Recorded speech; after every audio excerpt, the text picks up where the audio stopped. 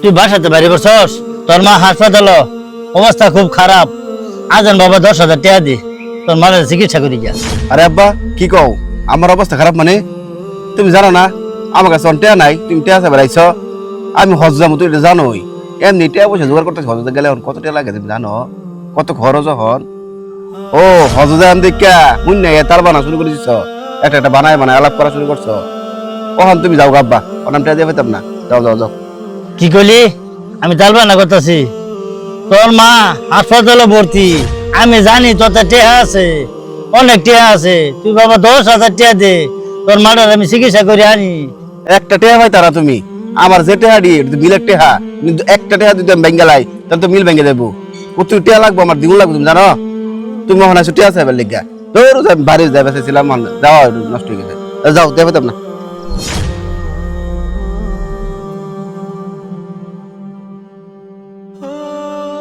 হুজুর আপনি জানেন ব্যাপারটা, হজের ব্যাপারটা জানেনি তো? আমাদের অত্র এলাকার মধ্যে কি কেউ অহনত হজ গেছে? গেছে না তো। 8-10 লাখ টাকা লাগে অন যাইতে। আপনি হুজুর প্রতি জুম্মায় আমার কথাটা একটু কইবেন। হজ যাইতেছি, অহন এত টাকা খরচ করে হজ যাইতেছি, একটু মানুষের জানা লাগে না? আপনি বয়নের সময় কই দিবেন যে অমুকে যাইতেছে হজ, ব্যাপারটা একটু দেখুন যে। আর আপনার বকশিসের ব্যাপারটা আমি দেখাম নে, আর একটু বাড়াই দিই আপনি, আমি চিন্তা করি না। হ ভাই শুনছি আপনি হজে যেতেছেন, আর এটাও শুনলাম যে আপনার আম্মা চিকিৎসার অভাবে বাসায় কাটাইতেছে। টাকার জন্য আপনার আব্বা অপারেশন করতে পারতেছে না। আপনার কাছে টাকার জন্য গেছে, আপনি টাকা দেন নাই। শুনেন ভাই, হজ করার আগে আপনার প্রয়োজন ছিল আপনার আম্মারে সুস্থ করা, আপনার আম্মার চিকিৎসার ব্যবস্থা করা, কিন্তু আপনি সেটা করেননি। হ্যাঁ আপনি জানুন কাছে নাই। আসলে কি আমি হজ যাইতেছি যে এ লেগে বারবার আমার কাছে টেয়া যাইতেছে, আর মানুষের কাছে বিভিন্ন ভাবে বানায় বানায় কইতেছে। আপনি হুজুর মানুষ, এত কথা কোন গেলি গা? আপনি হুজুর আনতা হই, বেশি ফেসাল পারবেন না। হ ভাই, উচিত কথা কইতো, সেজন্য সবাই আমাদেরকে পছন্দ করে। তবে হজ করার থেকেও আপনার আব্বা আম্মার সেবা করা আপনার জন্য উত্তম। শুনেন ভাই, একটা কথা বলি, কোন সন্তান যদি মহাব্বতের দৃষ্টিতে তার মা বাবার দিকে তাকায়, তাহলে আল্লাহ তাআলা একটা কবুল হজের সওয়াব দেয়। আর আপনি যে 8-10 লাখ টাকা খরচ করিয়া হজ করতে যেতেছেন, এই হজটা কবুল হবে কিনা আপনি কিন্তু জানেন না। কিন্তু মা বাবার দিকে তাকাইলে যে হজের সওয়াবটা আল্লাহ তাআলা দিবে, এটা কিন্তু কখনো মিস হওয়ার না। সেজন্য এখনো সময় আছে, আপনার মার চিকিৎসার জন্য ব্যবস্থা করেন। শুনেন হুজুর, এত হাদিস মারেন না যে, হাদিস আমরাও জানি, জ্ঞান তো করে বালাই দিতে শুন, যেটা কইছি ওটা করবেন, ঠিক আছে? মসজিদে বহানের সময় আমার কথাটা হজের কথাটা কইবেন, ঠিক আছে? গেলাম, মুডটাই নষ্ট করেছেন তো। এখন কালকে সকাল ঠিক মতো আয় পড়িস, ঠিক আছে? যা যা। এই নে 20,000 টাকা আছেন। আব্বা কি আর টিপতেছো তুমি আমারে? হ আমি আগেই বুঝছিলাম তোমার কাছে টেয়া আছে।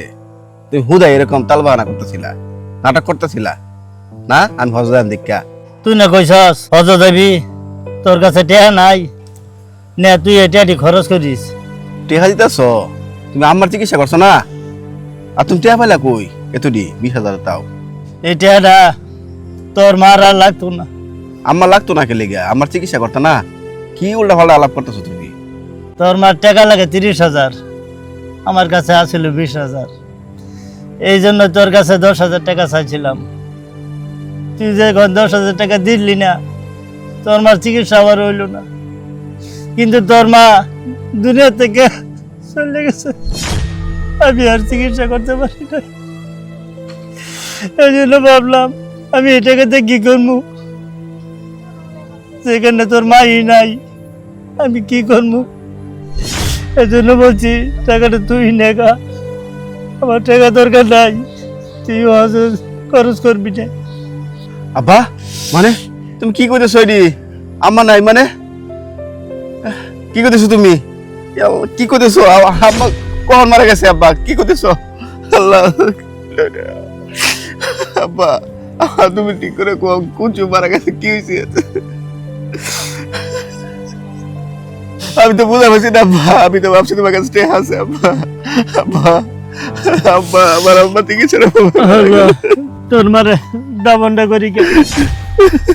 আমাদের সমাজে অনেক সন্তান আছে যারা তাদের বাবা মার খোঁজ খবর রাখে না, অসুস্থ হলে তাদের চিকিৎসার ব্যবস্থা করে না। সেটা কখনোই উচিত নয়। প্রত্যেকটা সন্তানের উচিত তার বাবা মার খোঁজ খবর রাখা, তাদের চিকিৎসার ব্যবস্থা করা। ভিডিওটা কেমন লাগলো কমেন্টসে বলবেন। ভালো লেগে থাকলে অবশ্যই একটা শেয়ার করে দেবেন ইনশাআল্লাহ।